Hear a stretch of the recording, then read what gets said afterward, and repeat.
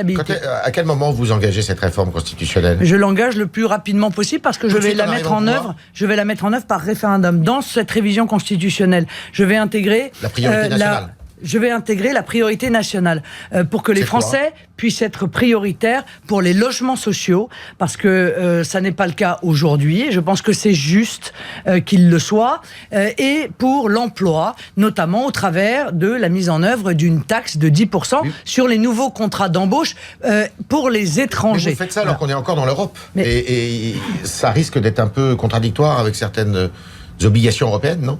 Ah bon ? Eh bien, il se trouve que moi, je crois à la démocratie. Je pense que le peuple est souverain. C'est en tout cas inscrit dans la Constitution. Voilà, le peuple est souverain. Et lui seul. Et donc, il décidera. Je vais lutter, je vais intégrer. Oui, ben justement, ça fera partie de la révision constitutionnelle, cher monsieur. Merci d'arriver jusque-là. Justement, Marine Le Pen. Mais écoutez, je ne peux pas terminer une phrase. Non, justement, je voudrais préciser ce point-là, très important. Est-ce que, donc, dans le référendum, vous demandez la modification, pour être précis, je ne veux pas jouer les monsieur Asselineau, mais l'article 88 alinéa 1 de la Constitution qui prévoit que la France participe à l'Union européenne à son fonctionnement en vertu du traité de Lisbonne.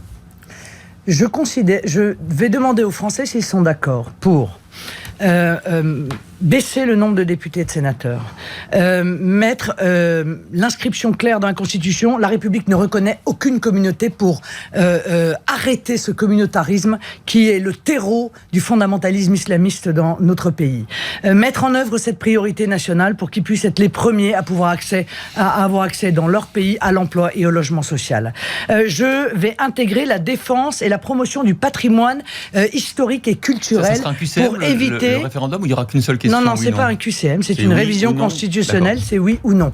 La défense du patrimoine historique et culturel pour qu'on puisse mettre des crèches dans les mairies au titre du respect de notre patrimoine historique et culturel, sans que le Conseil d'État se croie obligé de l'interdire, à la demande d'ailleurs de M. Barouin, dont M. Fillon a dit qu'il serait un très bon Premier ministre pour lui s'il était élu. Je vais intégrer la réforme territoriale et je vais rappeler, parce que je vais rendre aux Français leur pouvoir en indiquant que les lois françaises qui seront votées auront une autorité supérieure aux traités européens et aux droits dérivés antérieurs. C'est là où il y a un problème et une question, c'est comment vous arrivez à articuler ça tout en sortant de l'Europe alors que vous ne serez pas encore sorti de l'Europe. Ça, c'est ce que je vais faire tout de suite. Et je vous indique qu'il y a quelque chose que je vais faire tout de suite et qui n'est pas dans la révision constitutionnelle, c'est la suspension immédiate de Schengen.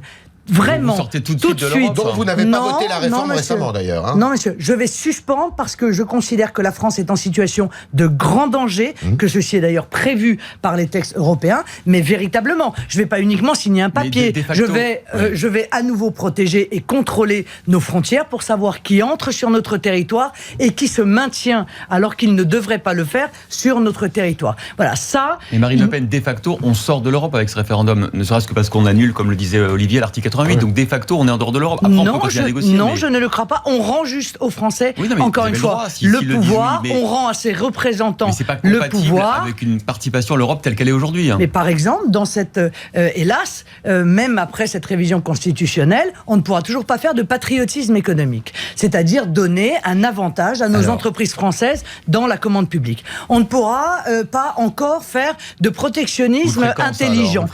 De protectionnisme intelligent. C'est-à-dire éviter la concurrence internationale déloyale vécue par nos agriculteurs ou par nos industriels. Vous voyez, ça, ce sera encore interdit. Et ça va faire l'objet d'une négociation. Mais dites-moi, je suis pas la seule à vouloir négocier avec l'Union européenne.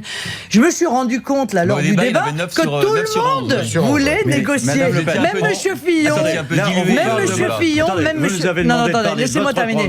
Même M. Fillon, même M. Mélenchon. Alors, quelle est la différence entre moi et les autres ? C'est que moi, je veux aller dans cette négociation au nom du peuple français, mais que l'issue de cette négociation, c'est le peuple qui en décidera. Et c'est ça qui fait toute la différence entre mon projet et celui des autres, c'est que moi j'ai une vision profondément respectueuse de la démocratie. Je considère que le peuple français est un peuple majeur et que par conséquent il peut décider par lui-même, et donc je livrerai l'issue des négociations. Au printemps 2018, je livrerai l'issue des négociations aux Français, et c'est eux qui feront décider. Madame Le Pen, pardon, ça veut dire quand même que pendant tout ce laps de temps, vous ne pouvez pas mettre en œuvre votre programme économique. Non, beaucoup. Ah bah si, je peux quand même. Je parle du programme économique. Hein. Vous avez, Proposition 36, soutien aux entreprises par protectionnisme intelligent, vous nous dites que vous ne pouvez pas. Rétablissement de la monnaie nationale, on attendra la fin des négociations. Instaurer le patriotisme économique, proposition 37, en se libérant des contraintes européennes, on attendra la fin de la négociation, je suppose.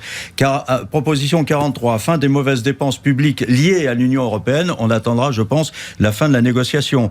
59, proposition 59, contribution sociale sur les importations de 3% pour financer le pouvoir d'achat des bas revenus. Mais merci, monsieur Mazerolle. On attend la fin des négociations. Mais merci, Pendant 8 mois, il ne se passe rien. Merci de votre contribution à ma campagne. J'ai lu votre programme. Car en lisant cela, et en disant, et je peux en placer une ? Bien sûr. Merci beaucoup. Et en disant cela, eh bien, vous faites la liste de tout ce qui est interdit par l'Union européenne. Merci beaucoup. Merci beaucoup de rappeler que ceux qui précisément font ces promesses-là dans les autres camps politiques mentent lorsqu'ils disent qu'ils peuvent mettre ça en œuvre alors que nous sommes enfermés dans l'Union européenne. Donc merci beaucoup de faire cette liste. C'est la raison. Il ne se passe rien. Si, il va se passer qu'on va arrêter l'immigration déjà. Ça va se passer tout de suite. Il va se passer qu'on va commencer à lutter contre le fondamentalisme islamiste, qu'on va faire la liste des associations, sur le plan économique, qu'on va faire la liste des associations qui aujourd'hui mènent un combat terroriste contre la France pour pouvoir appliquer l'article 411.3. Ça, on va pouvoir le faire tout de suite. On va pouvoir baisser les charges sur les TPE-PME. Ça, on va pouvoir le faire tout de suite, plutôt que de le faire comme les socialistes l'ont mis en œuvre au bénéfice des grands groupes. Ça, on va pouvoir le faire tout de suite. Supprimer totalement les charges sur l'embauche la première embauche d'un jeune de moins de 21 ans. Ça, on va pouvoir le faire tout de suite. Mettre en œuvre l'augmentation de 25% des logements pour les moins de 27 ans. Ça, on va pouvoir le faire tout de suite. Augmenter l'allocation adulte handicapé. Augmenter le minimum vieillesse. Ça, on va pouvoir le faire tout de suite. Il y a beaucoup de choses en 6 mois qu'on va pouvoir faire tout de suite. Ça, je vous l'assure. Mais merci d'admettre que ceux qui font ces promesses-là et qui nous disent qu'il faut rester dans l'Union européenne sont des menteurs. Pourquoi vous voulez sortir de l'Europe puisque vous pouvez le faire tout de suite ? Non mais c'est un gag, il vient. Mais précisément pour toutes les raisons qu'a exposé M. Mazerolle tout à l'heure. Vous reconnaissez, vous pouvez pas le faire comme ça. Il faut que vous sortiez de l'Europe. Mais vous étiez où dans les 3 dernières minutes là ? J'étais avec vous. Vous étiez avec nous ? J'étais avec vous. D'accord. Vous avez donc suivi la conversation. Alors je vais la résumer. Pardon, excusez-moi, je vais la résumer. Oui. D'accord ? M. Mazerolle m'a lu toute une série de choses qu'on ne peut pas faire dans le cadre de l'Union européenne. Je lui ai répondu qu'il y avait toute une série d'autres choses qu'on pouvait mettre en œuvre tout de suite, mais qu'il avait raison. Il faut effectivement renégocier très profondément avec l'Union européenne pour pouvoir mettre en œuvre la protection patriote.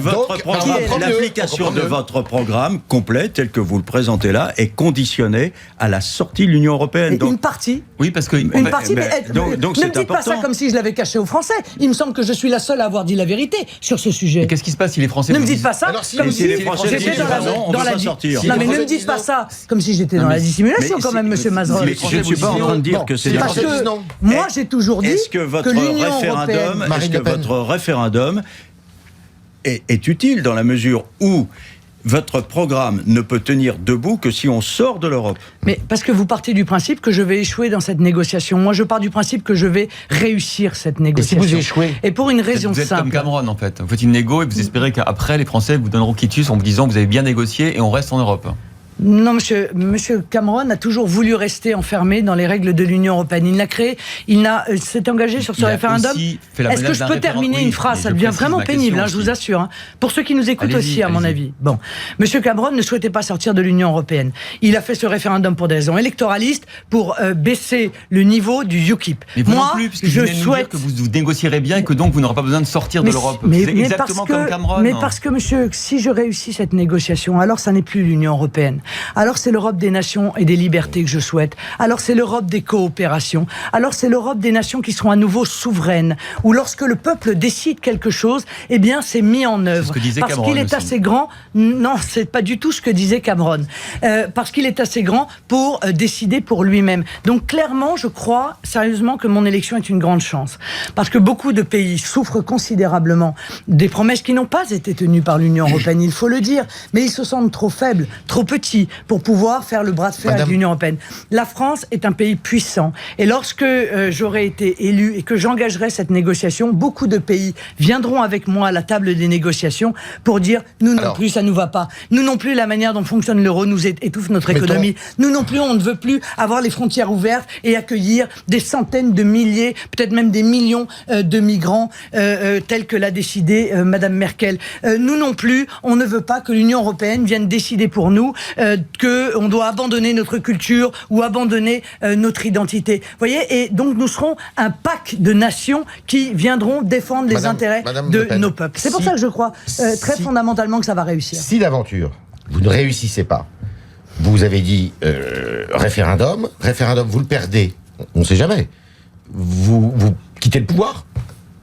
Si encore une fois, les conditions ne sont pas réunies pour permettre de mettre en œuvre le programme de protection des Français, s'il s'agit pour les Français de choisir uniquement le taulier de la prison européenne, à ce moment-là, effectivement, ils ont le choix dans les différents autres candidats. Moi, je suis là pour leur offrir la clé de la liberté. Parce que je viens leur dire, sans cette liberté, nous ne pouvons pas nous protéger, nous ne pouvons pas protéger nos emplois. Ça veut dire que vous partez ? Mais ça veut dire que, effectivement, si les Français me disent, non, on veut rester dans l'Union européenne, et ils seront d'ailleurs un petit peu contradictoires, en l'occurrence. Mais encore une fois, je pense que cette négociation réussira. Voilà. Donc, excusez-moi, on ne va pas faire l'intégralité, y passer non plus 20 minutes. Est-ce que la question posée aux Français, c'est est-ce que oui, vous voulez d'une Europe telle que j'ai négocié maintenant, avec plus de liberté ? C'est exactement ça. Ou est-ce que vous voulez sortir de l'Europe ? C'est exactement ça. Si vous disent, on veut sortir de l'Europe, est-ce que vous continuez à être leur présidente ou pas ? Mais on veut rester. Je comprends absolument pas. Excusez-moi, mais c'est plus compréhensible du tout pour personne. Votre demande, c'est qu'ils vous disent oui. Vous avez bien négocié et on reste en Europe. C'est ça votre proposition ? Non, mais ou pas ? Non. J'aurais fait une négociation. Je livrerai cette négociation aux Français. Je leur dirai voilà, cette nouvelle Europe que vous avez espérée, parce que vous voulez moins d'Europe et plus de France depuis des années que personne ne vous entend, parce que vous avez été trahi au moment du référendum de 2005. Vous aviez dit non et vos dirigeants politiques de droite comme de gauche ont dit oui. J'ai négocié cette nouvelle Europe. Je vous la livre. Est-ce que cette nouvelle Europe vous va ? Si elle vous va, alors il faut rester dans cette nouvelle Europe, et si elle ne vous va pas, alors il faut que vous votiez pour sortir de cette nouvelle Europe. Voilà. Mais c'est moi qui déterminerai. Mais c'est moi qui le déterminerai, monsieur. Pardon, monsieur Jacques. Oui ou non, c'est moi qui, à l'issue de la négociation, dirai voilà, ça me va. Donc nous pouvons rester, et je vous conseille de rester. Et je vous conseille de rester. Ou ça ne me va pas. Comme ils l'ont dit à Cameroun. J'ai déjà répondu 3 fois à cette question dans les 5 dernières minutes. Vous voulez que je vous dise une chose ? Vous vous écoutez tellement parler qu'en réalité, vous n'écoutez pas les réponses des gens que vous interrogez. Ça pose vraiment un souci. Je crois que les Français qui nous écoutent n'ont pas compris ce que vous vouliez dire. Je ne vois pas comment ils peuvent comprendre. Ce que veut dire Christophe, c'est que le cas échéant, les Français pourraient trouver que vous n'êtes pas suffisamment radical à l'égard de l'Europe. Voilà. Et qui préféraient sortir complètement de l'Europe comme les Anglais l'ont fait. Ils seraient encore plus... encore plus radical que vous. Très bien, mais tout ça fera l'objet d'un beau débat. Très bien. Bon, alors, allez, on va